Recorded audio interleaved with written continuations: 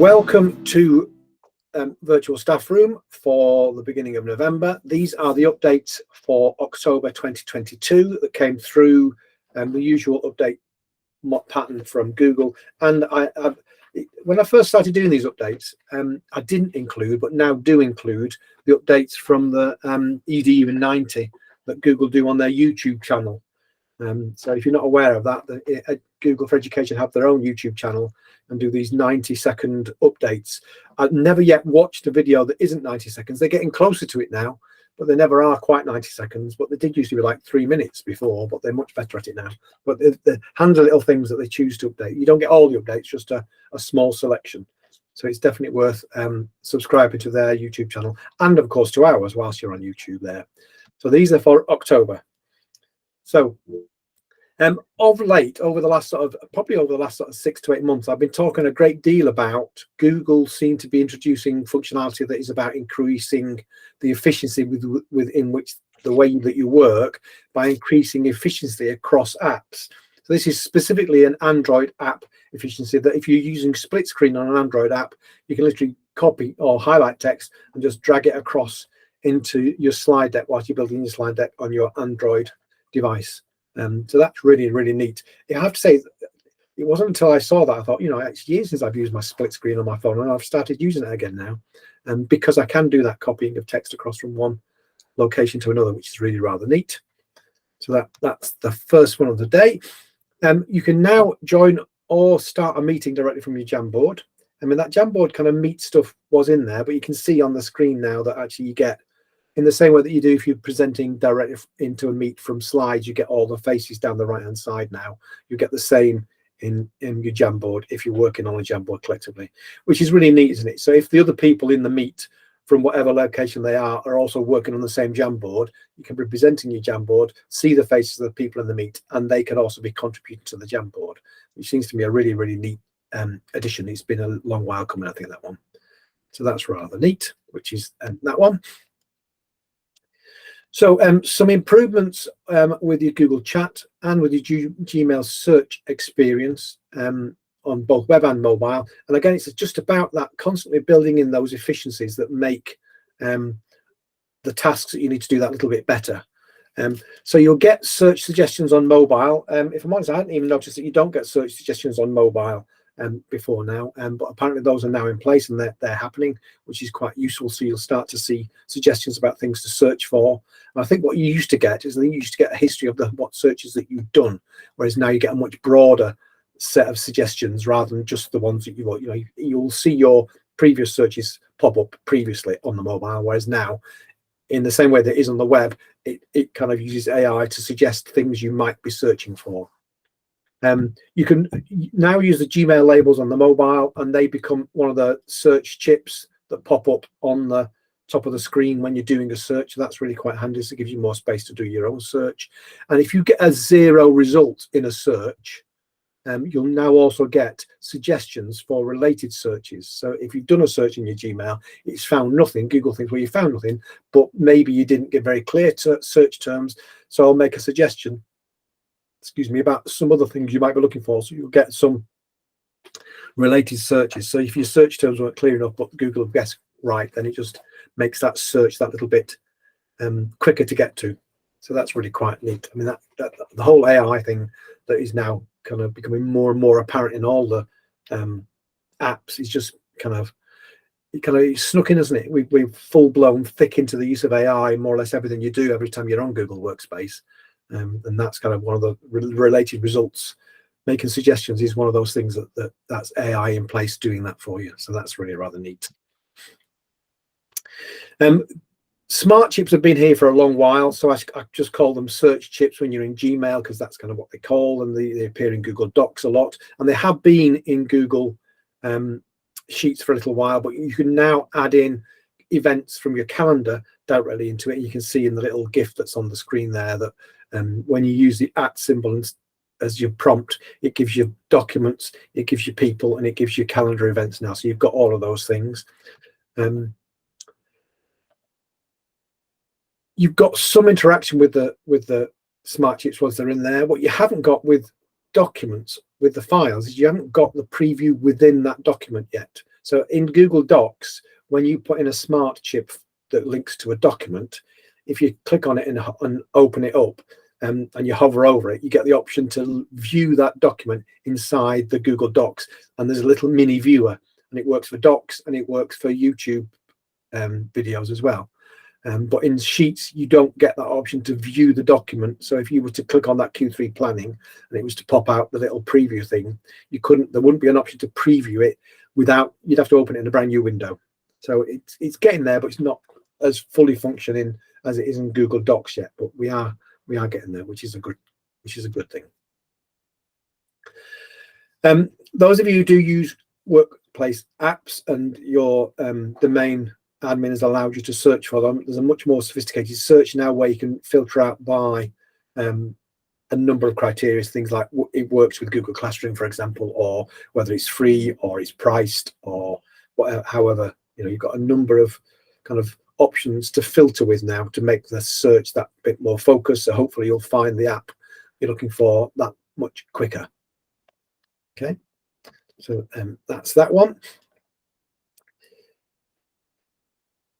This is the same thing again, as you said, but it's ever so slightly different. This has always been in place for a little while, but if you watch the GIF, at the very beginning of the GIF, when you share the tab to share that particular slide deck, at the bottom right, there's the option to show it in present mode. So you don't necessarily need to be in present mode. You can literally just choose the tab, choose the slide deck you want, and then the option to present it is there right at the very bottom. So it'll go into present mode automatically, which is really quite neat. That is only available for the teaching and learning and the Education Plus options. So if you're on the fundamentals or on the standard, then that option is not available for you currently at the moment. This is literally has just popped up this week in ours. It must have been one that arrived late in October and took a while to roll out. You get conversation summaries, and you know what it's like with the best one in the world. If you're in lots of chat spaces, keeping up with all the conversations in all of them is sometimes really rather tricky. So what you will now start to get in those three versions, not in the fundamentals version, is you'll start to get a summary of the conversations that have gone before, and then you can read the summary and then make a decision. Do I need to go back and look at the detail, or can I now move on and just read all the new conversational threads rather than having to go back through all the conversations to feel like you've caught up?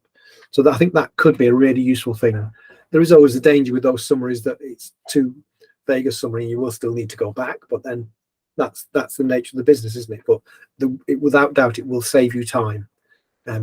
For some of the time when you don't need to go back and look at the detail of that particular chat thread. So that's quite a nice little thing. And ours have just started to appear this week. I didn't notice them last week, so I think they've literally just started to arrive this week. So they will start to arrive. The normal pattern with all of these updates is they normally arrive over a 15-day period. They don't send them out to all the domains all at once, to do it over in stages. So if you haven't got it yet, then it will be arriving soon. So I think this might also be quite a nice thing. If you are in chat spaces, we use chat spaces really extensively. We offer it as a service for our customers when we're on kind of training programs. So we've got, not just email, but a less formal method of communication with them. And if you get people responding to a single thread, then you can actually pull out that thread and use that thread to kind of as a separate thread outside the main chat, and only those people that had kind of responded will actually see it. So that's kind of quite nice that it gives you that option to filter out. It just makes the view of it that little bit easier for you to follow and understand without having to pick it out of many more. And it will show you the information it shows you. It shows you how many what number of messages there were. It tells you if you've got any direct mentions, and it also tells you if there are any deleted messages. So it gives you bits of information even before you expand it out into the separate thread, and it just appears as a separate pane, as you can see on the GIF there on the slide. So custom emojis are coming to chat. So you've now got the option to create your own customized emojis should you choose to. And once you've got those customized emojis created, then they are available across the domain. There will also be someone who's going to be an emoji manager who will be allowed to specify whether it meets your kind of, working practices. So if people decide to do some inappropriate emojis. You can imagine what those might be. Then you can an emoji manager can decide whether they're appropriate and delete them accordingly and manage them accordingly and things. It does need to be managed by the admin person, so whoever your admin is needs to turn it all on first so that you can actually start to build your own.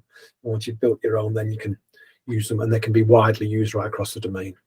And it's kind of, those things are about, you know, it's, I suppose it's a bit like an in-joke, isn't it, that there will be some emojis that seem entirely appropriate to the culture of your work and will be exactly the right thing to do, and it's right that they are within domain, but you wouldn't necessarily want to share them any wider because it's kind of, no one would understand the in-joke. So it's quite a nice thing that you've got that option. If, you know, those emojis are things that you use within your chat. So this is Education Plus only option. You've now got the multi-send mode in Gmail, which is great. I've started using it myself. And what you can now do using the @ symbol, you can actually start to add in fields. So I'm assuming these fields are being read from the fields in the directory. So you can actually say first name or last name or whatever it happens to be, and it will extract that information from that particular person's contact details and insert it into the fields that are there. So it allows you to see them. You'll know it's in place because it's not in place at ours. I didn't test it today, but I tested it on Friday. You just put hi and then @, and if the field options appear, then you know it's up and running on your domain. If it's not, you'll just have to wait a few more days and it will be there soon, I'm sure. But I have used this multi-send mode a few times now. Really like it, really easy to do. Some things to be aware of if you are on the Education Plus and you are going to start to use this. Once you've got you put all the people that you're sending it to in the to field, and you can put one person in the CC field, and only one person. So just to be aware that that's the case. We've used it with with Ian, my colleague, to copy it. He was the CC person, and I sent it out to quite a number of people in the to field. So it's a really nice little thing if you've got it, but it's only Education Plus at this moment in time, and the fields to insert names automatically is now available, or will be soon if it's not there with you yet. This is a really nice one that you can actually specify how much to split. And you've kind of been able to do this, but it's been a manual process that you've had to split and double split and resplit. And so it's been quite a slow, you've only been able to split into two, so you've had to keep resplitting and resplitting. But to be able to specify by how many within a single cell allows you to customize a table to suit your needs, which is really rather nice. So I think that's certainly one that we will certainly start to use, because we use tables a lot in the documents that we create. So it just allows you to customize the table appropriate to the particular needs that you have at that moment in time, which is really great. And you can split cells as well. You can see in the example that they split a cell once already, and then they can split it again still further. So it gives you a little bit more control about how the table looks, you know. So those kind of long-term plans that need lots of merged cells and things allows you to do those kinds of things really easily now. So these are some updates from the Google for Education in 90 seconds updates. Family Link is an app intended for parents. It allows you to limit the amount of screen time that students can have. You can block or approve apps. Students can request access to an app or access to payment through an app, and you can block or approve it. You also get locations. It works for multiple children. So if you've got lots of children each with their own mobile, then on the location screen of that particular app, you can actually see the location of all those students. You can also ring the phone. You can see how much battery is left on the phone, so you can warn them to charge the battery and things. So there's lots of really nice things, and the whole screen and the interface on the app. There's a web-based version of it as well. So if you don't have your mobile with you, you can go on the web and log in. So if you've got young children and you feel you need to keep an eye on them with a little bit more care, then you can do that. There's also some really nice links to some kind of online safety materials, which is definitely worth looking at. So I would definitely have, if you've got young children, then I would definitely think about using that.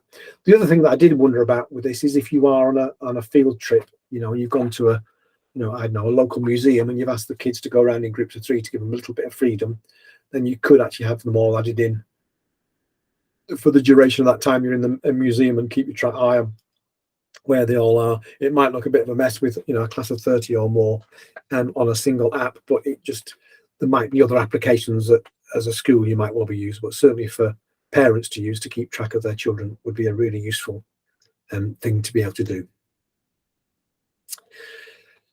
When you create a calendar event, you can now specify a co-host straight away. This is inside Google Calendar. And as you do that, you can see on the image there's the option to that all the call add artifacts are also shared with the co-host directly after the session. So that's your polls, your Q&As, any attendance information, and the recording. So anything that any of the artifacts that get associated with that document, with that meet rather, will then be available for that person. I don't know, those of you who were here at the beginning, you may have noticed I made Chris a co-host. Because I didn't make him a co-host before the meeting, he will not automatically get access to all those apps.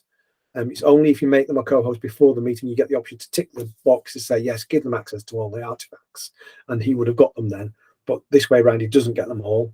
And the other thing is, if you do a meet through Google Classroom, then they automatically, all co-teachers automatically get all the artifacts. That's just an automatic thing that's just built into it. So you can also can't take that away from them.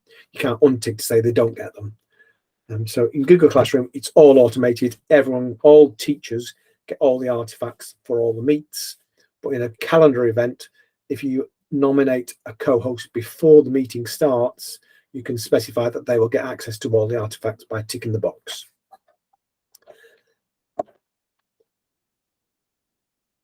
So college readiness, this is applied digital skills. If you're not aware of applied digital skills, it was built by Google as an alternative resource to Google Classroom. So people that weren't using Google Classroom get a whole load of really nice resources for teaching and a method to deliver them through applied digital skills to their students should they choose to. But they've put in a lot of resources in there, not just college readiness resources. These are new, and there are lots and lots of resources for lots and lots of different age ranges of students. So depending on what age range you teach, you might well find there's some really, really useful resources in there. And it's just a series of lessons about things that you might want to do with your students who are preparing to go to university. And just for them to so there's that nice one about gathering research and using a Google Sheet to gather the research and those kinds of things. There's a good one on writing an application letter. There's a nice one about scholarships. It is written very much from the viewpoint of American colleges, but without doubt it would take very little adjustment for it to be appropriate to the UK market. And in reality, don't forget, you may well have students who are seriously thinking about American universities as their university of choice, so they need to be aware of, you know, what to think about over there. There are some very specific things about scholarship and stuff that only applies to them, but the general lessons within the scholarship bit is definitely still appropriate for students here in the UK. So that's one to definitely have a look at and point your students towards, or your teachers towards, so they can decide whether it's appropriate for the students they've got who might well be thinking about going to university at the end of this academic year. So those are the updates for October. The next update is on Monday the 5th of December, and that will be all the updates for November. And just for those of you who are admin people, if there are any admin people on the call, the Techy Tuesday updates will be Tuesday the 6th. So that'll be the day directly afterwards. That's all the updates relating specifically to the admin panel, rather than any that relate just to the user interface, which is what it was about today. So any questions come in since we've done this? Oh, here we go. Let me just stop sharing for a minute so we can have a look at these questions.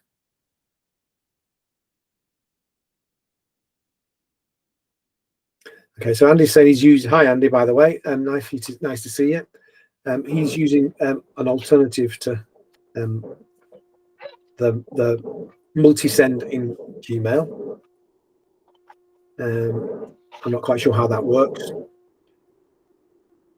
It's an app script that uses a spreadsheet, so you just name fields in there and incorporate those fields back in your mail merge. Oh, right, okay. Yeah. Is that one you built, or was that one that already existed? I think I got it off the Digital Skills. Oh, right, okay. Yeah, I think it's one of those off there. So yeah, good to see you all. Nice to see. Yeah, it's been a very busy half of term. Yeah. Yeah, I agree with you, Andy. It's a start, isn't it? But it's still fairly basic. I'm still using like a standalone app for mine when like when I send out these recordings and slide decks and whatnot, I'm still using a standalone sort of app for that at the moment. It may change as it kind of develops a bit more, but it's good to see. It's a good start. We've used it for more sort of general things where they're less specific for individuals and whatnot, and that seems to work okay. So I think it'll get there, won't it? It's a good start anyway. So promise. I think if we can see some more movement towards that, like saying to Steve, a bit of the MailChimp sort of campaign management and subscriber management appearing in, it'll be really useful. Yeah. What is nice about it is you've got the automatic unsubscribe button at the bottom, which is really handy, isn't it? So you've got that. But what you don't get, of course, that you do get with third-party apps is if you've sent an email out, you can then send a follow-up email to the same group of people with most of these apps. Whereas currently, what you get in your Gmail is you get separate individual sent emails. So you've then got to go through each of the separate emails, and that's fine if you only sent 20. But if you sent 150, and all of a sudden that's a much bigger job to go through every single individual email. So you'd need not to do a follow-up, but to do a separate unrelated email. So it's a good start, and it works really well. It's easy to do as well. Yeah, it is. Which is really quite nice. But yeah, there's still work to be done on making it a much more useful app, I think. Yeah, I agree with that. I do like that at the same time the layouts that were announced and have come in. So the multi-send is absolutely great, but the ability to be a little bit more creative with your emails, especially to externals. So if you're working with stakeholders, just adding logos in or making it look a little bit more formative without having a CRM system sitting behind it or having someone to pass it on to the creative team or the marketing team.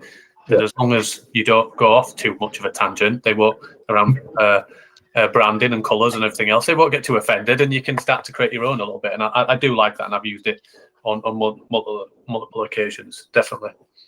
And Google, they've started something. I'd be surprised if they don't develop it quickly, based on the conversations that we see behind the scenes.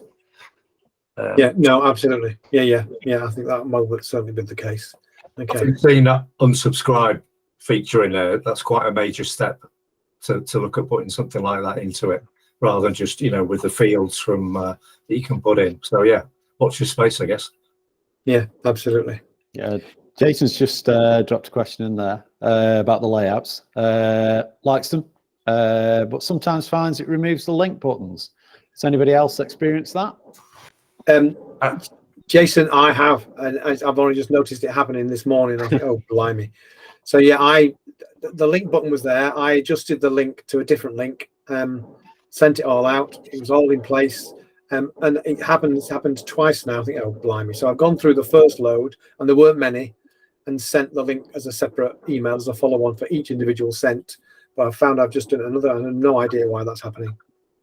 I think that might be a glitch, because I assumed the first time I just made a mistake, and that I'd somehow accidentally deleted the button just before I pressed the send button and didn't notice. But the fact this happens twice now, so I've got to go through this afternoon and send some follow-up emails with the link that was removed for some reason.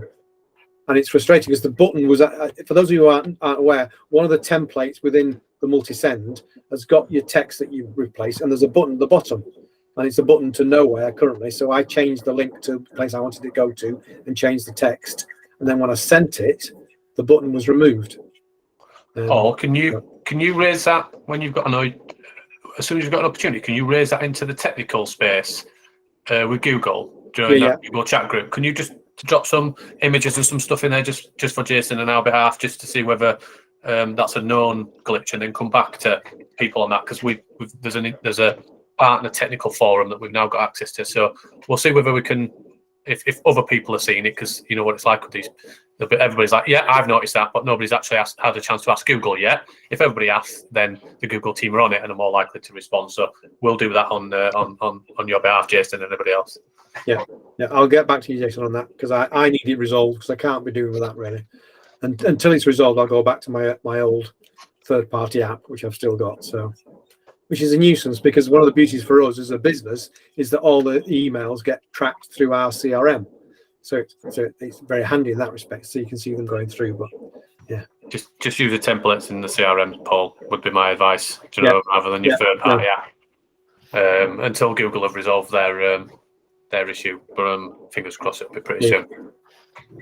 Can I just mention something I've been looking out for a while? It's coming in now, that transcript, which I think is great. We would have used that had it been though we'd known it was there in a meeting we had on Friday, I think it was, where we're planning on doing a project with a college, and it was somebody was typing in the actions for what we were going to do, and it was like, oh, you're going to do this for us, you're going to do that. Now, if that's all listed in the transcript, then and you've also got the I can't remember that being said in our last meeting, and then you've got that there. And I think it's great, not to catch people out, obviously, but as a record of what's taking place and who's agreed to do what actions and who's agreed to follow what through. I think that's really good. I've not seen one of these yet, Paul. Have you actually? No, this will be the first one. I'll send it out to everyone so they can see what it looks like. It seems to me, in your example, Chris, the thing to do is for someone to expressly say, so that's an action. Yeah. Because then you can use the Control F to search for the word action and find the actions. Because you get in an hour's transcript, you're going to get a lot of text, aren't you? I've used transcript software for different stuff.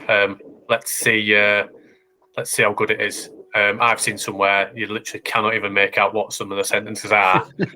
So when you say action, it probably doesn't even say action. It probably says actung or something. And you're like, where can I find the action? Let's see how good it is first. The AI is developing. And I know that Google and many organisations have done it by accessibility by design. So I don't know if everybody's aware of that. But anything with AI or anything that has these kind of tools within it, originally what they did is they built it, and then they worked with accessibility teams to try and make it so it was more accessible. So what they've decided to do, say, in the last 3 years is make it that people with speech and hearing impairments and anything else in regards to any potential challenge that they have, work with those people so that they know it works at a great level of understanding and develop it on. So you've got all of those people, and also Yorkshire folk in there as well.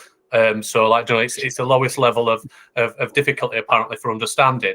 So Google did reach out to me and ask, and I politely said a swear word to them. I'm just mindful that we're recording, but they're developing the software to work at the best possible to reach everybody, rather than build it at the top mass and bring it back, which I think is definitely the best bit. And hopefully Google Meet, if you've ever used the captions, you'll start to see, hopefully that will improve at some point, because when you're talking into it, it's an interesting one. But cool. Excellent.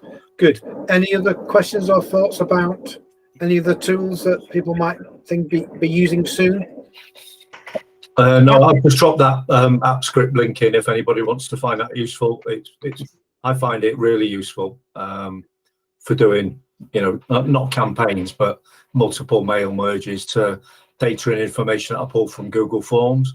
Just give me that flexibility, and it sort of in your head runs like a traditional mail merge. Yeah. I just wanted to ask a question, if that's okay, just around add-ons. And I know that obviously there'll be more people watching this back, and I know that they might have some questions that come through to Chris and Paul, and feel free. I feel like I'm on the podcast again. Feel free to reach out and ask those questions post when you watch it back. But for Andy, Brendan and Jason, I know that you've all got the Education Plus and you're all subscribers for it. Do you use the functionality of Classroom add-ons at all? And have you seen the benefit of that? Because it's an all Education Plus feature, and I saw a great demonstration from one of the people who are part of it, and I just didn't know whether you'd linked in and you'd started to use that and whether it was having an impact just yet. No, I guess because I'm not a great classroom user, although we use it, for communicating with all our governors, and we're looking at using it as the forum for the senior leadership team as well, for minutes and notices and all that good stuff. No, I've not seen it, Steve. That'd be useful to have a look at that. Brendan, Jason, have you seen any teachers or yourselves delving into it and having a look at it?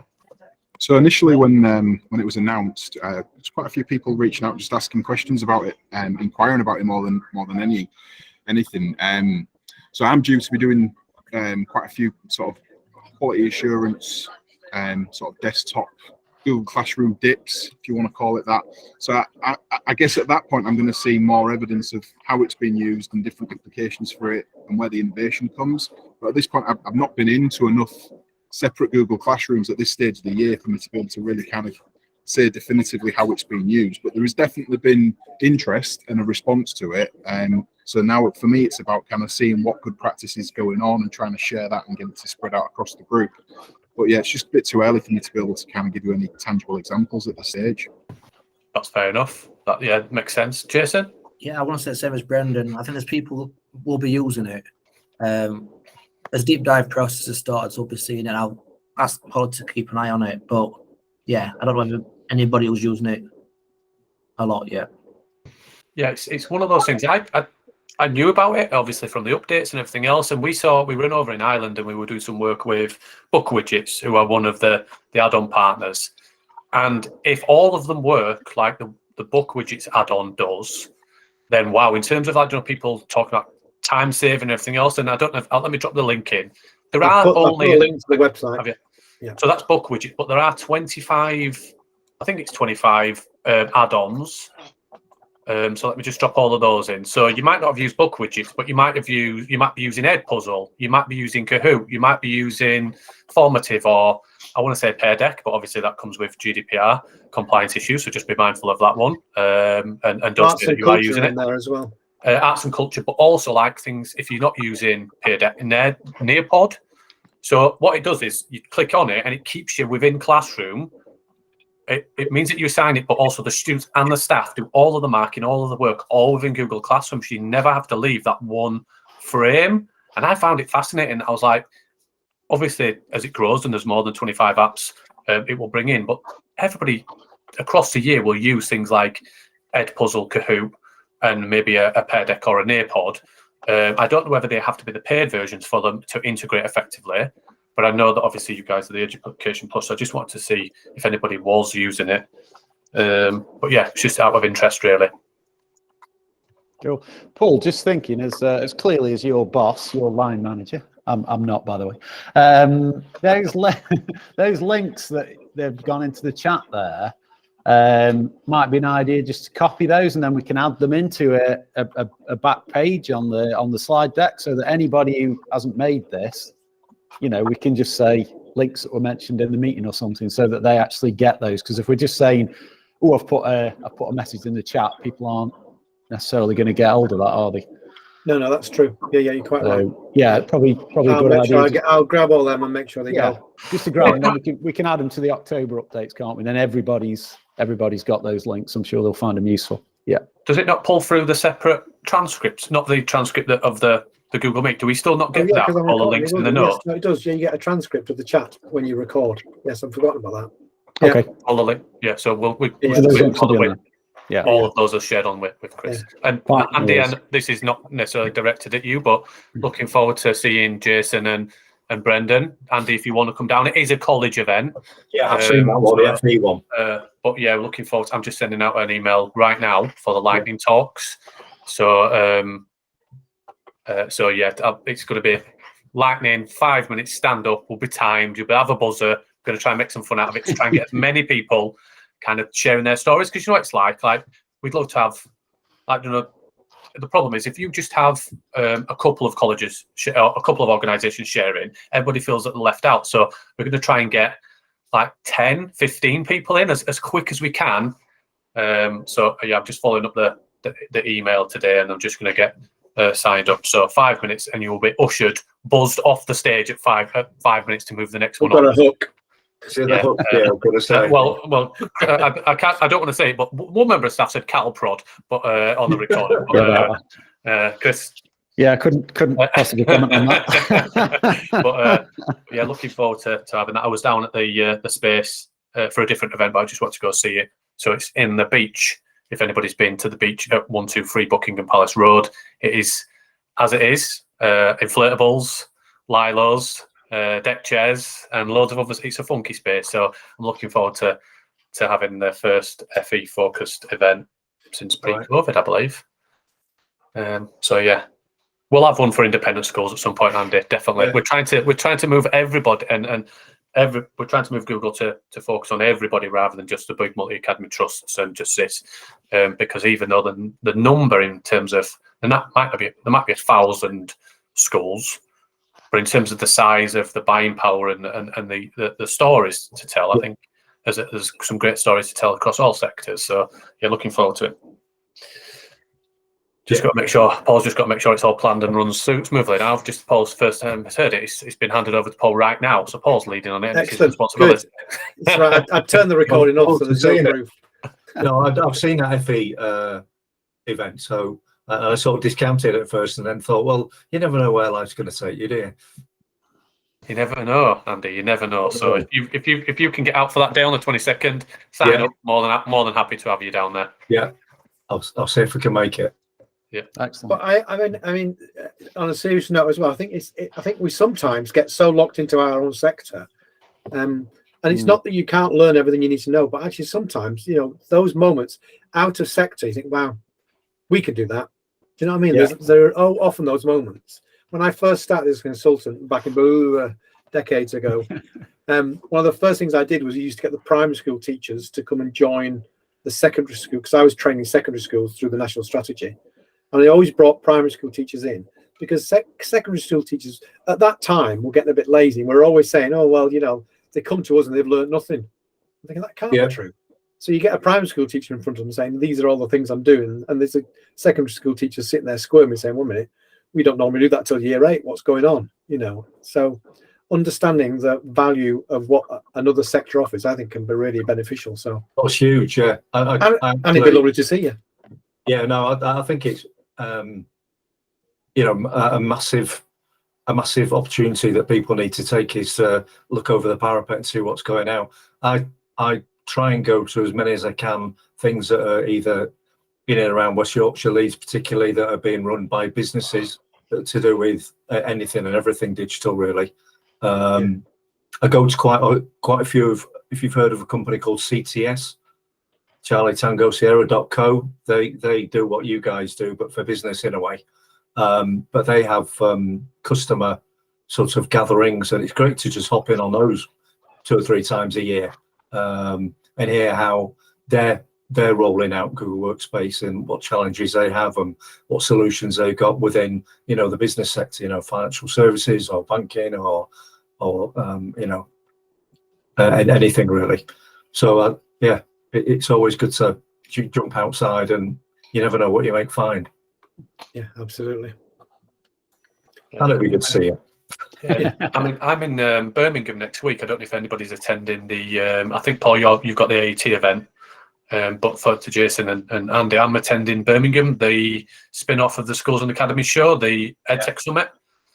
So if anybody's down there, just let me know.